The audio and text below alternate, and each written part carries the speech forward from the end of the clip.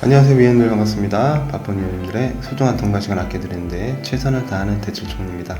오늘의 헤드라인 제 블로그와 함께 볼게요. 생애 최초 주택 구입 늘어 기사 들어가 볼게요.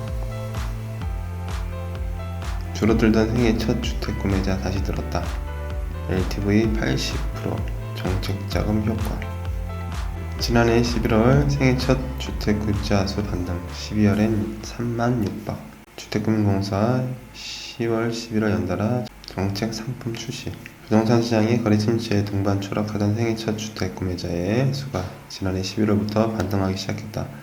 주택담보대출을 비롯해 민간에서의 자금 조달 비용이 여전히 높은 시기였지만 정부가 대대적으로 내놓은 정책자금 상품이 인기를 끈 결과인 것으로 보인다. 정책자금을 이용하는 경우 주택가격이 상한이 제한되는 만큼 서울보다는 경기, 인천 등 상대적으로 집값이 저렴한 수도권에서 생애 처음 내 집 마련을 한 사람이 늘어났다. 법원 등기정보 공장에 따르면 지난해 12월 생애 첫 주택 구입자의 수는 29,414명으로 3만 명에 육박하는 수준으로 나타났다. 여전히 한 해 전월 평균 수치 44,412명에 비해서는 훨씬 낮은 수준이지만 그간 하락 추세였던 점을 고려하면 의미 있는 반등으로 볼 수 있다. 지난해 5월 39,000부터 10월 24,000까지 가파르게 하락했던 생애 첫 주택 구입자는 11월 28,000에 이어 2달 연속 증가이다. 전체 주택 구입자 대비해 생애 첫 주택 구입자 비율을 봐도 증가가 확연하다. 10월 22.9%에 머물렀던 비율은 11월 25.1로, 12월에는 26%로 확대됐다. 시장에서는 생애 첫 주택 구입자의 증가가 정책자금 상품의 효과인 것으로 보고 있다. 지난해 11월까지 주택담보대출 금리가 고공행진을 거듭했던 점을 고려하면 민간에서 첫 내 집 마련을 위한 자금을 조달하기가 쉽지 않았기 때문이다. 한국은행 경제통계 시스템에 따르면 2020년 8월 2.39%까지 떨어졌던 내국은행의 주택담보대출 금리는 지난해 10월 4.82로 정점을 찍고 11월엔 4.74로 소폭 내려왔다. 지난해 10월, 11월에는 한국주택금융공사에서 생애 첫 주택 구입자를 위한 정책 상품이 연달아 출시됐다. 10월 말 출시된 생애 최초 특례 구입자금 보증 상품은 시세 9억 원 이하의 주택을 기준으로 80%까지 대출을 받을 수 있다.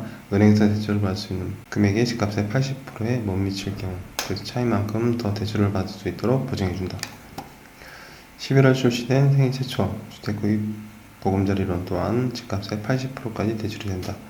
보금자리론의 기준 연소득 7천 이하를 기준으로 시세 6억 원 이하의 주택이면 4억 2천만 원까지 대출을 해주는 상품이다.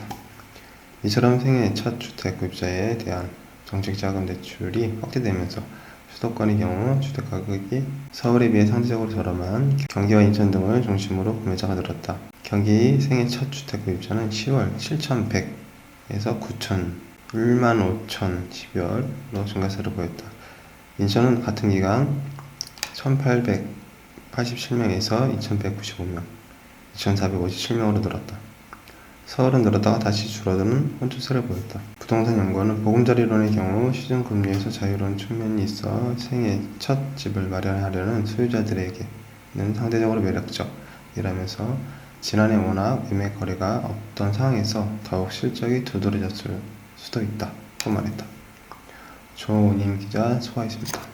내 집 마련의 꿈을 이루는 데 필수 코스인 생애 첫 주택 구입에 대한 수요가 늘어났다는 기사를 보게 되어서 공유드립니다. 얼어붙고 고금리의 이 살벌한 인식이 나름 훈훈한 소식이 아닌가 합니다. 기준금리가 이제 정점을 찍고 조금씩 내려갈 추세로 예상이 되니 일단 제 생각입니다. 여러가지 정책 상품에 좀 힘을 얻어서 주택 마련 계획이 있으신 분들께 좀 도움이 되었으면 하는 바람이고 올 봄부터는 따뜻한 공기가 많이 돌았으면 좋겠습니다. 생애 최초 주택 구입자들의 수가 증가하고 있다는 헤드라인 같이 공유드렸습니다. 감사합니다. 오늘 바람이 많이 춥네요. 동해 바닷가 바람을 연상하는 것 같습니다. 공기도 많이 차니 항상 따뜻하게 건강 잘 챙기시기 바라겠고 바닥이 많이 미끄럽습니다. 출퇴근길 항상 유의하시고 장갑 잘 끼시고 항상 내 몸 내가 잘 챙기셨으면 좋겠습니다. 또 즐거운 한 주 마감하는 금요일 오늘도 즐겁고 행복하고 활기찬 하루 만들어요. 위원님도 화이팅 할게요. 화이팅!